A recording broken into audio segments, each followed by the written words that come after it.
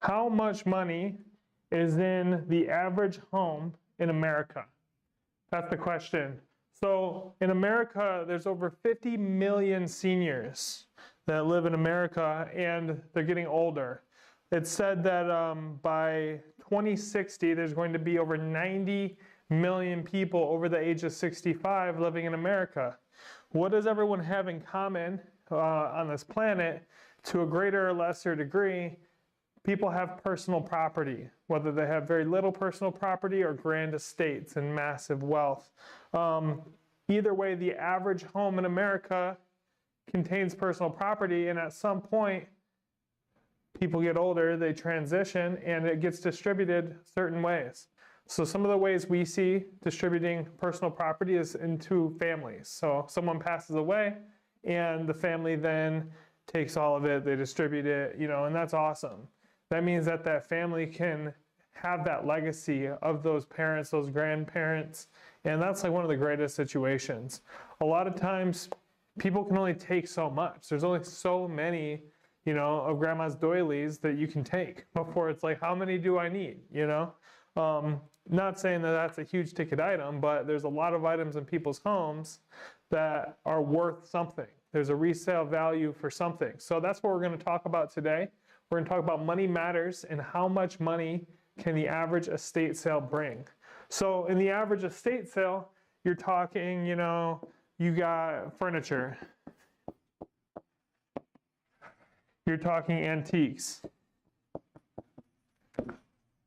You're talking, decor. You're talking jewelry. You're talking, utilitarian. Spelling is not my strong suit, but I do know how to sell millions and millions of dollars worth of product out of estate sales. So that's what we're talking about today. How much money is in the average home? If you have a guess, place it in the comments. What do you think the average American home has in it worth of value? A lot of people don't want to talk about this because people don't want to talk about money. Let me tell you something, folks, is that when our clients call us, there's one thing that they're interested in. They're interested in how much money is this sale going to bring for me and my family. You know why? Because a lot of families are dealing with the aftercare or the care of someone going into retirement. And it's not cheap going into retirement. We'll do a whole segment on what it costs to retire or what it costs to go into senior living. So that's why money matters with estate sales. There's many different things that can be inside of a home. There's many different things that can be worth money, lots of things that can't, or that aren't. And that's why we're doing this segment today. So furniture, antiques, decor, jewelry, utilitarian items. Utilitarian items are like, shovels and rakes and tools and, yard equipment, lawn equipment, tractors, cleaning supplies, anything that you could imagine. So what's the average price? So first, I'm not going to tell you. I want you guys to guess. What is the average value of an estate sale in America, of the average value of personal property if sold over the course of a weekend in the general market? What is that average value? Well, I'll tell you a few different things first. I'll tell you the average transaction last year, we did about $2 million in gross sales, and the average transaction for $2 million was $56. I don't know how many transactions that is, but we can do the math. Let's say there's 2 million divided by 56. That's 35,714.28 individual items that were sold at $56 an average transaction. Obviously, there's pieces that we've sold for $20,000, and then there's pieces that we sold for 50 cents, and then everywhere in between.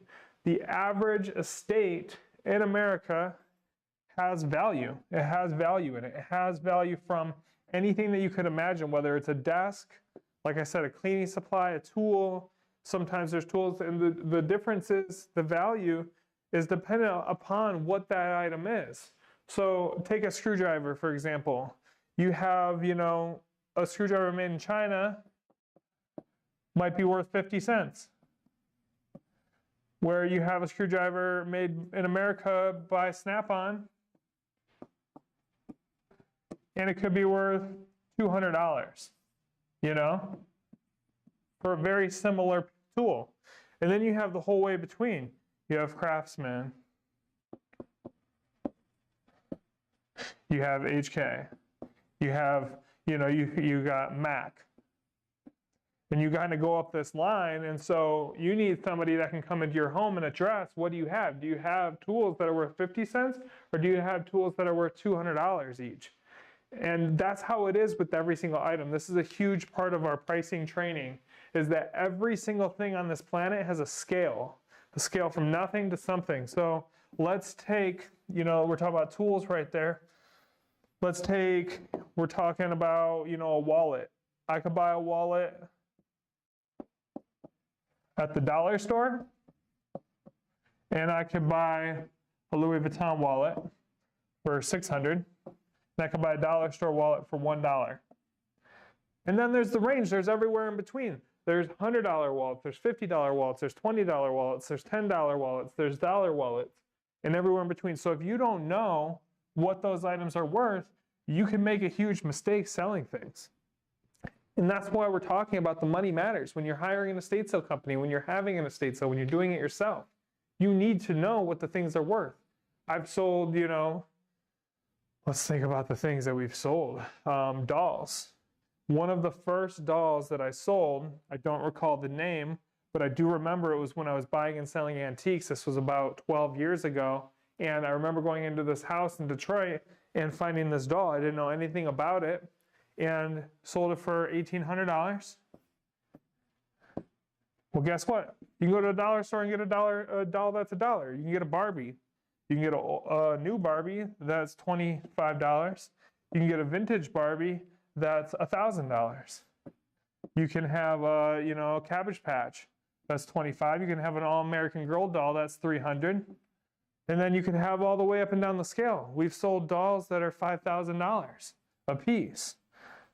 Money matters, and the reason why people hire us is because we know the value of what we're selling.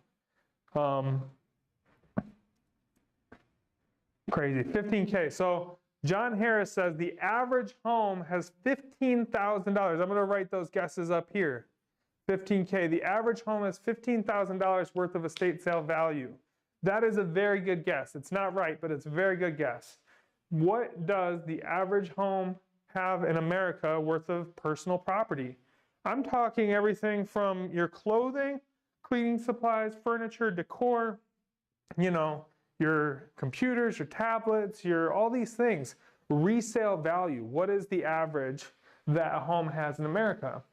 And it's going to surprise you, I think. It surprised me. So this is something when people are like, do I have enough to have an estate sale? What can I sell? What types of things can I sell? Well, we can sell anything. Anything that you have purchased before can be purchased again by someone else. That's my number one rule when somebody asks me, should I keep this? Should I sell this? What should I do? Is I'm like, if you have purchased it,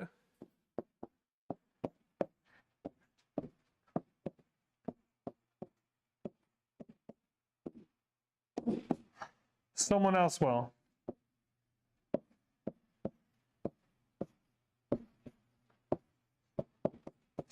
If you bought it, someone else will too. Someone else will too. So a lot of people, we start seeing them chucking stuff or throwing stuff out or cleaning stuff out. We just signed a deal last Saturday. They had 2 homes. One was this 1940s cabin on the lake, and it was straight out of the 40s, and they cleared it out. They donated everything that was there. They just didn't know, they just didn't know what to do. We drove to that home, and we was like, man, unfortunately, there's not a lot here. Then we drove to the next home in Warren, Michigan, and it was packed, and they didn't touch it yet, and it was full, and it was worth an estate sale. We're doing an estate sale for them at the end of this month, and it's just like, man, I wish we could have helped them before. I wish we could have helped them know that, hey, don't throw those things out. Don't throw the tools out. Don't throw the guns out. Don't throw the, stuff out. We can help you sell them. But that's just how it goes. That's why I do these videos, is because I want to help every senior in America downsize. There's over 50 million seniors in America. By I forget what the math is now. I think it's 2030, there's going to be 90 million senior citizens in America. And what happens? Like, people want to be free. They want to be free of the stuff. There's so much stuff that we collect. We collect all this stuff all the time. And it just kind of gets put, when you have a house to keep it in. This is why I downsized to a condo. And I've been looking at houses and I'm like, man, if I had that closet, I'd never get rid of anything, because I just keep buying stuff and keep filling the closet until I have a closet full of stuff and I wear 5 things out of it. You guys know, you guys do that too. It's at some point you have to downsize, you have to free. And at some point when you get into age, that stuff starts becoming more and more feeling like a prison. And people just want to be free of everything that they have so that they can go live their life. Imagine being 65 and sitting there and wanting to go to Florida, wanting to live your life, but you're sitting here and you're like, man, I really got to organize that garage, or I really got to do that landscaping work, or man, if I'm going to sell this house, I really got to get through this project or that project. And you're trapped then by your stuff. Well, the average home in America, by survey in 2019 by estatesales.net, has $20,000 worth of value. The average home, the average estate sale, the average personal property that you could sell over the course of a weekend in your town averages about $20,000. So, John, you were really close. Thank you so much for giving us that answer. The answer is 20. We've done sales that are $5,000. We've done sales that are $250,000. The range is massive, The range is massive, but the average sale is about 20 grand. So I'll put that up here. So why hire an estate sale company? Why hire a professional company to do this downsizing? Well, first of all, knowing what the items are, knowing what they're worth, knowing that this notebook I can sell for 50 cents, and knowing that another notebook I can sell for $10. That might not sound like a lot, but for you to pay a percentage to somebody who's going to get the, let's say you pay 50%, and that person gets $10 for that notebook when you would have sold it for 50 cents, and you didn't have to do any of the work. That's what I should be talking about. That's what's important, is let's do the estate sale math. Let's say you have a $20,000 estate sale, and an estate sale company charges, let's say 50-50 split, $10,000. And then they're going to charge you probably $1,000 for clean out, So you're left with $9,000. And you're like, man, $9,000, but there was $20,000 worth of value there. Guess what? You didn't do any of the work, and then all of those things, who knows if you would have been able to produce $20,000 out of that house. The advertising, the marketing, the pricing, the research, the staging, to get through and organize a whole house, it's a whole project. It's a whole event system, event management that we do as a company. We consider ourselves 2 things in this business: a sales organization and event planners. And if you know anything about event planning, you have a deadline, you have a massive amount of work that has to get done in that deadline, and it has to be done right. You mess up on one item, and you could throw a $20,000 item out the door, Somebody could run in, grab it, and it'd be gone. That's why you hire a professional. That's some average math, like $20,000 sale, you get $8,000 or $9,000 from it as a person. And that company makes the $9K to pay for their staff and their bills and everything else. Let's say, you have a $50,000 sale. They charge, let's say on $50,000, what do we charge? 40%, What is that, 20? And then that leaves you $30,000. This is real. Like, we help clients with $50,000, $60,000, $70,000, $100,000 estate sales. That $20,000, that goes to paying for all the advertising, all the setup labor, all the sale labor, the cash out materials, the supplies, the tables, the display cases, the cloth, the vans that come and bring the employees and all the supplies, the office staff that are going to be handling your accounting, you know, that communication that you get.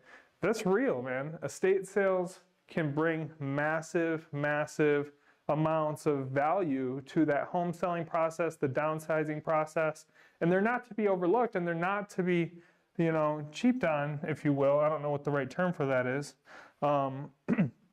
But even take it like this, you hire a company and they charge 25%. I've heard of this recently, and it makes me really sad because I know the money. So let's say you have a $10,000 sale and they charge 25%, you know, or 30% even.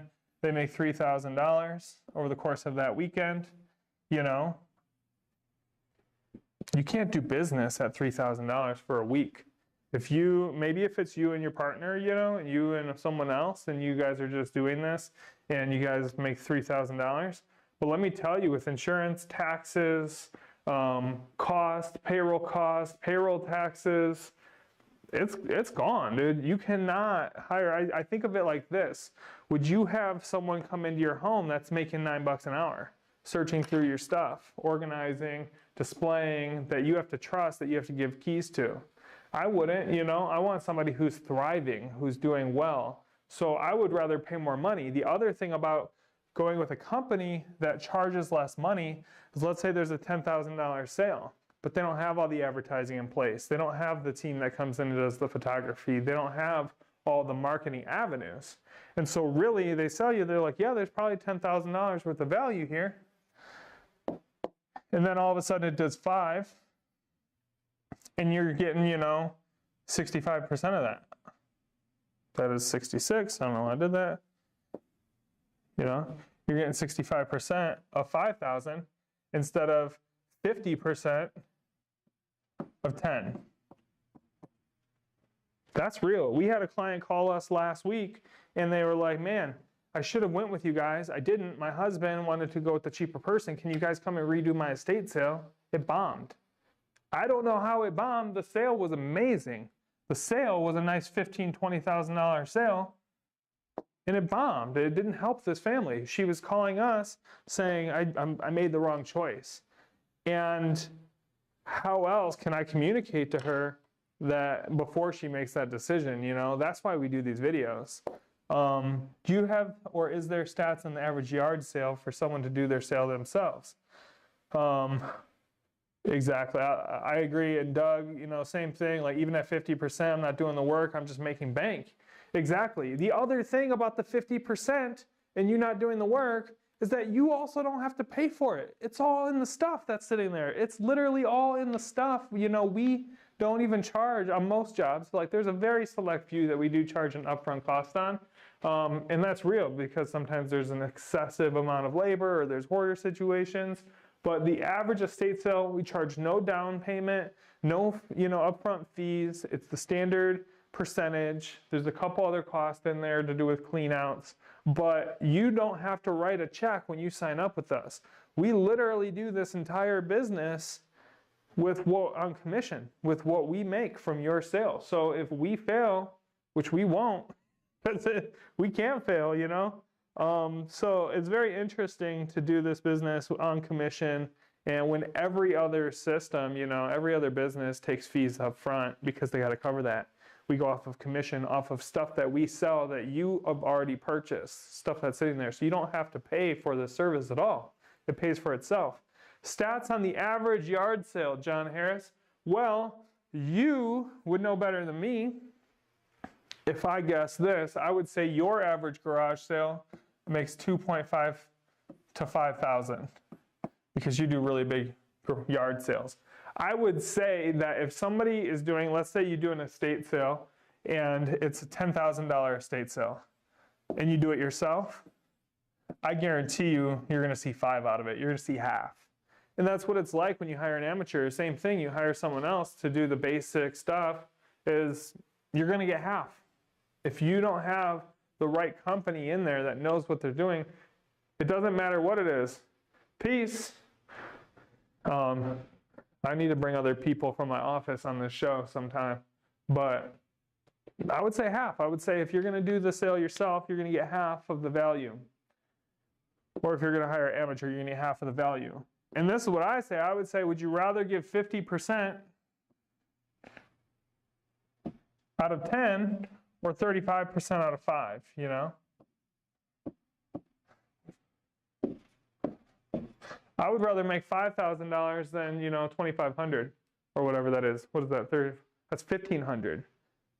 That leaves you with, man, that's crazy. So money matters. How much money is there in the average home is about $20,000. How much money if you do it yourself or if an amateur estate salesperson does it? It's going to be half of whatever the value is. There is value in everything. I'll go over one last thing with you guys, and that is our different types of buyers. Now, I wrote this article for my staff, an internal article called The Complexity of Price. And it's a pricing document that I use to train my staff, along with a whole pack that's that big. So if I can remember it, I wrote it so many years ago, but the complexity of price. There's these different types of buyers. The first one's the collector. This, how we define a collector, is somebody that actually collects the item for themselves, or they're buying it for themselves for collector purposes.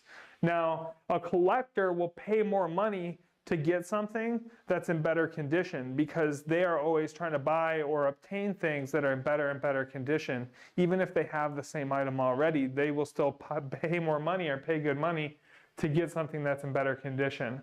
So a collector is buying for themselves. They'll pay more money than a dealer or anyone else because they're not looking to resell that item. They're looking to own that item for themselves. So the collector. The next is the dealer. The next type of shopper that we have at estate sales is the dealer. The dealer is the person who's coming in looking to buy something to resell it. Usually a fair dealer is looking for a 50-50 split. If they spend $500, they want to make $500. That means it needs to be a $1,000 item.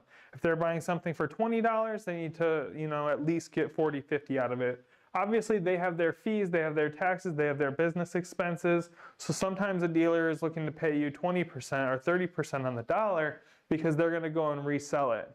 So dealers are not the ideal customer for an estate sale. So there's collectors, dealers, and then, hey, Matt. Never mind. There's collectors, dealers, there's utilitarian. U-T-I-L-I. Utilitarian buyers. I was going to ask you if you could grab the pack that's on the desk, or Sarah's desk. It's like a training pack. It's like a training pack that's on Sarah's desk. Can you bring it to me? Collector, dealer, utilitarian shoppers. I'm sorry if I'm screaming in your ear. Utilitarian shoppers are people who are buying things to use. So this means ladders, this means tools, this means cleaning supplies, this means, you know, paper towels. This means anything that you could use kind of in your everyday life is utilitarian buyers. And then there's the decorator. The decorator could be professional. They could be a professional decorator that's looking to, you know, buy something for a client for them, or it could also be just somebody who wants something for their house, something to decorate their house. This is a huge point. Nothing? Never mind. This is a huge part of our market is decorators. We want to sell to these top two people. We want to sell to the collectors and the decor. And then the dealer and utilitarian. You know, I guess I would do this a little differently. I would say, you know, collectors, decor, utilitarian, and then at the bottom is dealers. Now, don't get me wrong. Dealers make up a massive part of our market, and they're so, so appreciated, and probably a lot of the people who are going to be watching something like this. So don't cut my head off. But we want to sell to the dealers on the second and third day of the sale when prices are discounted. We don't want the dealers running in and just buying everything. That means we had it underpriced. You know what I'm saying? So we're looking for the collectors, we're looking for the decorators, and we're looking for utilitarian buyers at first. That's how we're pricing when we come into a home. As we're hitting those three markets, we look at an item and we say, who does this fall under? Who are we pricing this for? what is the purpose of this price that we're putting on there? Because anything can be worth anything, you know? This phone, I could sell it right now for $300, I could sell it for $500, I could sell it for $600, I could probably sell it for $800, and none of those are right or wrong. It just depends on, you know, what I want to get out of it, or what I have into it, or my considerations on how long I've had it, or how hard it is to sell, or all these other things. So that's what we're looking at, is these three markets, 4 plus the dealers: collectors, decorators, utilitarian, dealers. There might be another one. I'm going to bring my training pack in here. That's what I'm going to do starting off, and then I'm going to start just going through my training pack with you guys and teaching you guys how we do estate sales. Pricing is a huge point for us because money matters. Money matters in our job because that's why people hire us. People don't hire us because, you know, we're the nicest or we're the cutest or whatever. They hire us because we're going to produce the best value financially for that client. When our clients are looking to liquidate the property, the only reason or the only product that they're looking for is, my house is empty, it's well taken care of, and I've made the most money that I can possibly make out of this estate. Those are the most important things to us, and I think the most important things to our clients. So if you or someone you know needs an estate sale, my name is Aaron Sapirski. We help families nationwide. Our phone number is 248-915-8888. Please feel free to reach out. Hit us up. Also, you can email me and I'll send you something. I'm sending a few people today our client information pack. This is something I just posted up secretly on LinkedIn.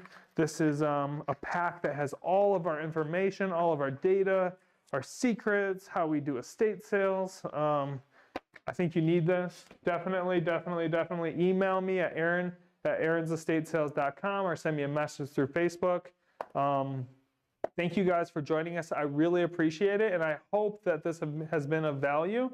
And if not, then I hope the next one or the next one or the next one will be of value, because that's what the purpose of this is. So I really appreciate your time, and keep estate